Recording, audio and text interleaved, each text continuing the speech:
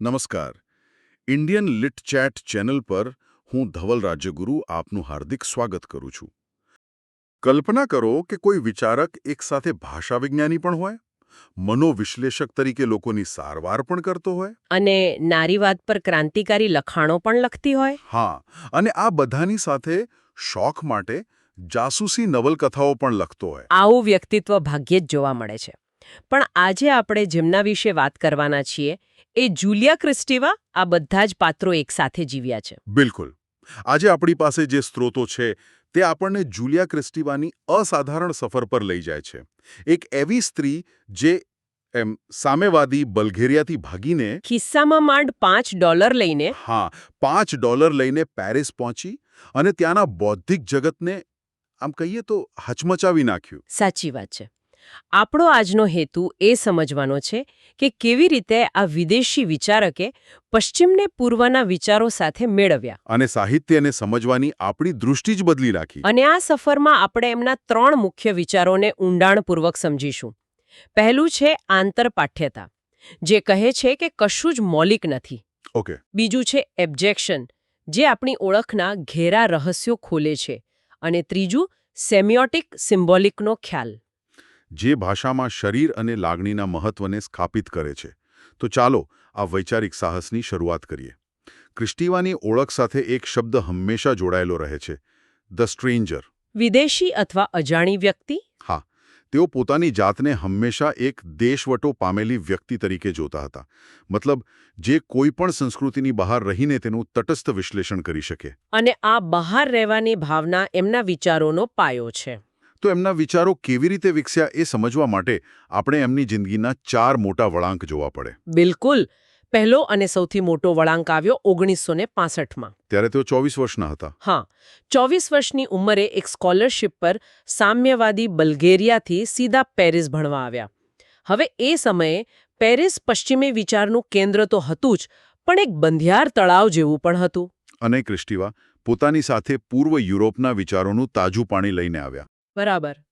ખાસ કરીને રશિયન રૂપવાદ અને મિખાઇલ બાખ્તિનના વિચારો. આ વાત બહુ મહત્વની છે, કારણ કે આપણા સ્ત્રોતો કહે છે કે એ સમયે પશ્ચિમના મોટાભાગના વિવેચકો તો બાખ્તિનના નામથી પણ અજાણ હતા.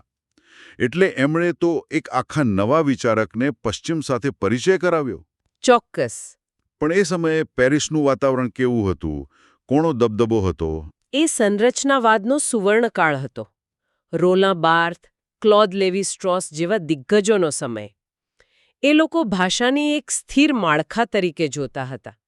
અને ક્રિસ્ટીવા ત્યાં તેલકેલ નામના ગ્રુપમાં જોડાયા. હા, એક ક્રાંતિકારી સાહિત્યિક જૂથ હતું એ. અને આવતાની સાથે જ તેમણે આ સ્થિરતા પર પ્રહાર કર્યો. તેમના જ્ઞાનથી રોલા બાર્થ એટલા પ્રભાવિત થયા કે તેમણે જાહેરમાં કહ્યું હતું કે આ યુવાન છોકરી જુલિયા ક્રિસ્ટીવા ઘણી વસ્તુઓ બદલી નાખશે. બિલકુલ. પેરિસના સ્થાપિત બૌદ્ધિકો વચ્ચે એક યુવાન બલ્ગેરિયન સ્ત્રીનું આમ અચાનક કેન્દ્રમાં આવી જવું, એ પોતે જે ક્રાંતિ જેવું હશે, નહીં? ચોક્કસ. અને બીજું વળાંક એ જ ક્રાંતિ સાથે જોડાયેલો છે. 1968માં જ્યારે ફ્રાન્સના રસ્તાઓ પર વિદ્યાર્થીઓ અને કામદારો ઉતરી આવ્યા. હા, સરકાર સામે. એ ઘટનાની ક્રિસ્ટીવા પર બહુ ઊંડી અસર પડી.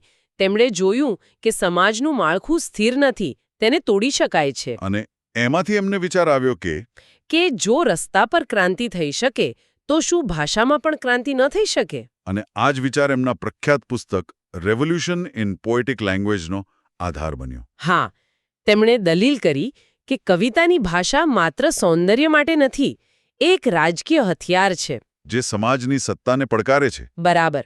ત્રીજો વળાંક મનોવિશ્લેષણનો હતો, ખાસ કરીને ઝક લકાનનો પ્રભાવ. લકાન માનતા હતા કે ભાષા પિતાનો કાયદો છે. નિયમો અને તર્ક પર ચાલે છે.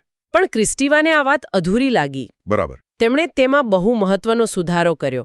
તેમણે કહ્યું કે ભાષામાં માત્ર પિતાનો કાયદો નથી, પણ માતાના શરીરનો લય અને સંગીત પણ છે. જે ભાષા શીખ્યા પહેલાનો અનુભવ છે.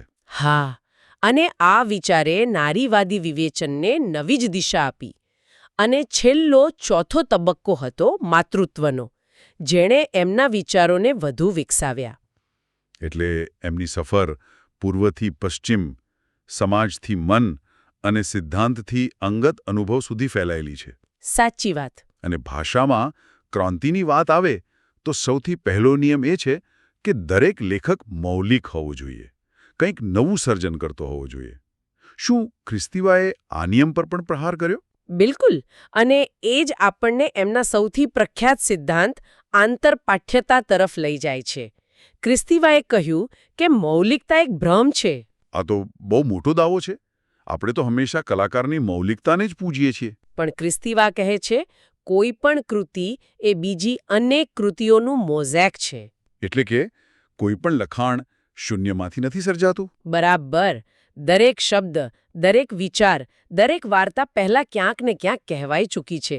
લેખક કોઈ જાદુગર નથી જે હવામાંથી કંઈક નવું બનાવે. તો લેખક શું છે?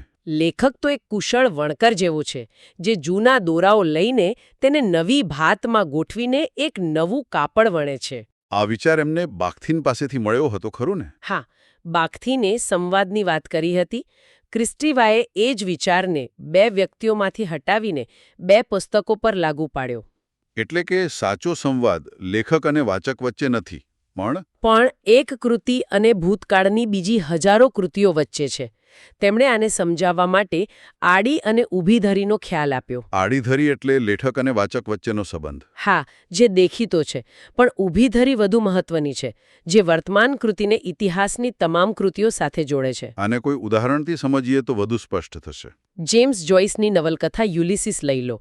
જો કોઈએ હોમરનું મહાકાવ્ય ઓડિસી ન વાંચ્યું હોય તો યુલિસિસનો અડધોઅડધ આનંદ અને અર્થ ગુમાવી દેશે. બરાબર, કારણ કે યુલિસિસનો દરેક પ્રસંગ ઓડિસીના કોઈક પ્રસંગનો પડઘો પાડે છે. ગુજરાતી સાહિત્યમાં સિતાંશુ યશસ્ચંદ્રનું કાવ્ય જટાયુ સમજવા માટે રામાયણની પૂર્વભૂમિકા અનિવાર્ય છે. બરાબર. અહીં જટાયુ રામાયણનું પાત્ર છે, પણ સિતાંશુ તેને આધુનિક માણસની વેદના સાથે જોડે છે.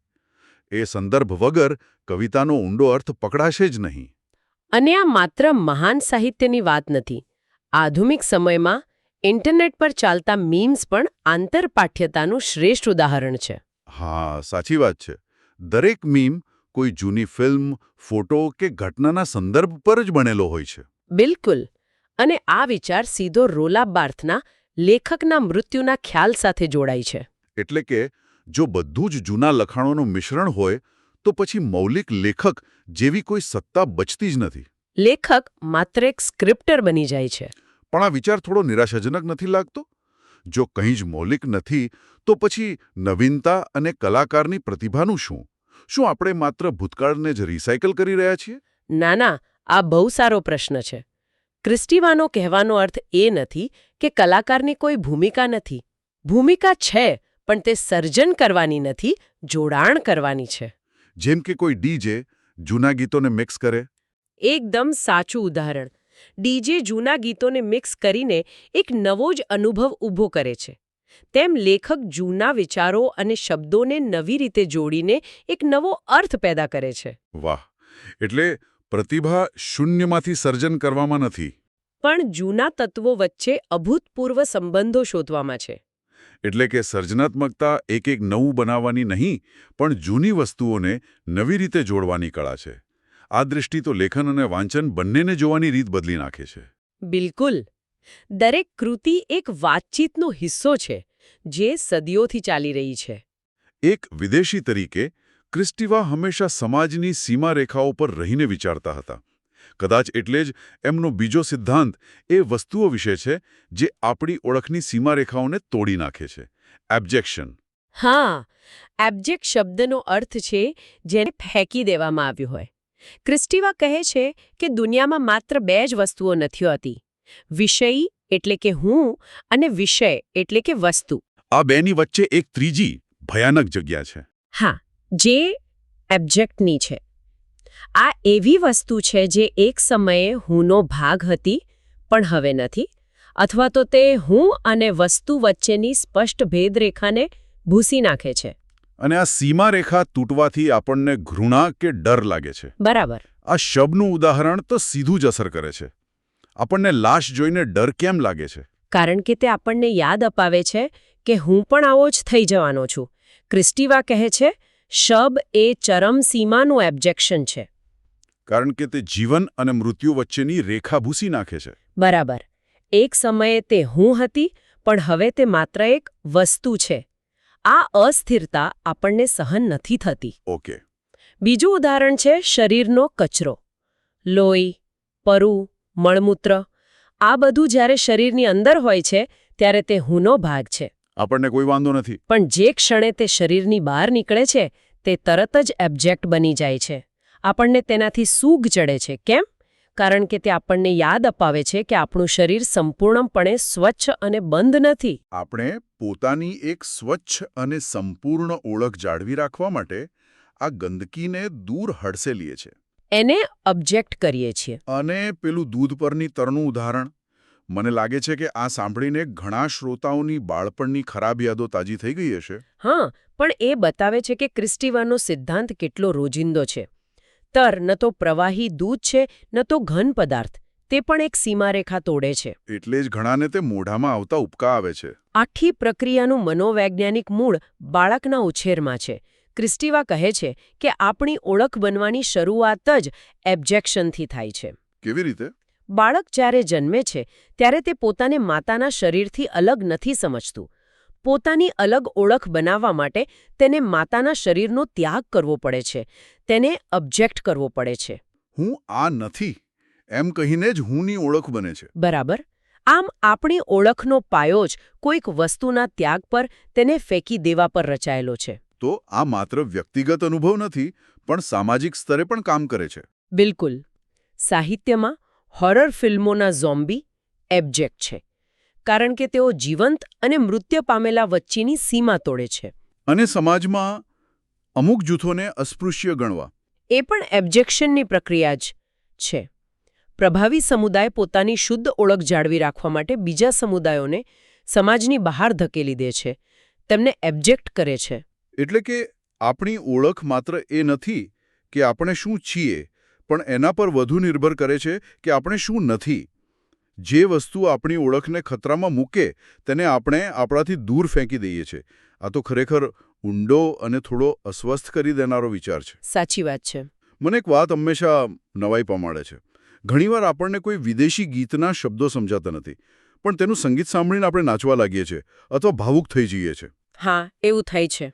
એવું કેમ થાય છે? શું આની પાછળ પણ કોઈ ભાષાકીય સિદ્ધાંત છે? તમે બરાબર એ જ મુદ્દા પર આવ્યા છો જે ક્રિસ્ટીવાનાનું ભાષા વિજ્ઞાનના કેન્દ્રમાં છે. તેઓ કહે છે કે ભાષા માત્ર તર્ક અને અર્થનો બનેલો સૂકો માળો નથી. તેમાં બે તત્વો એક સાથે કામ કરે છે. એક મનનું અને બીજું શરીરનું. બરાબર. આને તેમણે સિમ્બોલિક અને સેમિયોટિક કહ્યા છે. આ બે શબ્દો થોડા અઘરા લાગે છે. ચાલો તેને સરળ બનાવીએ. સિમ્બોલિક એટલે શું? સિમ્બોલિક એટલે પિતાનો કાયદો. આ ભાષાનો એ ભાગ છે જે આપણે સભાનપણે શીખીએ છીએ. વ્યાકરણ, શબ્દોના અર્થ, વાક્ય રચના. તે તાર્કિક, નિયમબદ્ધ અને વ્યવસ્થિત છે. હા, આપણી રોજિંદી વાતચીત મોટે ભાગે સિમ્બોલિક સ્તર પર ચાલે છે. અને સેમિયોટિક? સેમિયોટિક એટલે માતાનું શરીર. આ ભાષા શીખ્યા પહેલાંનો અનુભવ છે. જ્યારે બાળકની પાસે શબ્દો નથી હોતા, પણ લય, ધ્વનિ અને આવેગો હોય છે. માતાના હૃદયના ધબકારા, હાલરડાનો સૂર, બાળકનો કલબલાટ. આ બધું સેમિયોટિક છે. તે પ્રવાહી, લયબદ્ધ અને અર્થ પહેલાંનું છે. તેમાં કોઈ સ્પષ્ટ નિયમો નથી, માત્ર ઊર્જાનો પ્રવાહ છે. તો ભાષા શીખ્યા પહેલાંની જે અવસ્થા છે, જ્યાં માત્ર ભાવ અને લય છે, શું એના માટે ક્રિસ્તીવા કોઈ ખાસ શબ્દ વાપરે છે? કોઈ સ્પષ્ટ ઓળખ કે અર્થ નથી. માત્ર ઊર્જા, આવેગો અને ધબકારાનો લય છે. અને ક્રિસ્ટીવા કહે છે કે ભાષા શીખ્યા પછી પણ આ કોરા કે સેમિયોટિક તત્વ આપણા અચેતન મનમાં હંમેશા જીવંત રહે છે. અને કવિતા કે સંગીતમાં આ જ તત્વ બહાર આવે છે, ખરું ને? બરાબર. આને આ રીતે સમજી શકાય. સામાન્ય ભાષા એટલે નિયમોનો પાક્કો રસ્તો, જે સિમ્બોલિક છે. પણ કવિતા એ રસ્તાની બાજુમાં વહેતું ઝરણું છે, જે સેમિયોટિક છે. અને કવિ એ ઝરણાના સંગીત અને લયને પાકા રસ્તા પર લાવીને ભાષાને જીવંત બનાવે છે. હા, એટલે જ ક્રિસ્ટીવા કહે છે કે કવિતા એ ભાષાના સ્થાપિત નિયમો એટલે કે પિતાના નિયમો સામે માતાના લય એટલે કે લાગણી દ્વારા કરવામાં આવેલો બળવો છે. અને ગીતનું ઉદાહરણ અહીં એકદમ બંધ બેસે છે. ગીતના શબ્દો, લિરિક્સ સિમ્બોલિક છે, પણ તેનું સંગીત, ધૂન અને તાલ સમ્યોટિક છે. બરાબર. એટલે જ જ્યારે આપણને કોઈ વિદેશી ભાષાના ગીતના શબ્દો નથી સમજાતા ત્યારે પણ તેનું સિમિયોટિક તત્વ, તેનું સંગીત આપણને સીધી અસર કરે છે. ભાષા ત્યારે જ સંપૂર્ણ અને જીવંત બને છે જ્યારે તેમાં પિતાનો તર્ક અને માતાની લાગણી બંનેનો સંગમ થાય. અને આમ કરીને ક્રિસ્ટીવાએ પુરુષ પ્રધાન ભાષા વિજ્ઞાન અને મનોવિશ્લેષણમાં શરીર, માતૃત્વ અને લાગણીના મહત્વને કેન્દ્રમાં લાવીને સ્થાપિત કર્યું.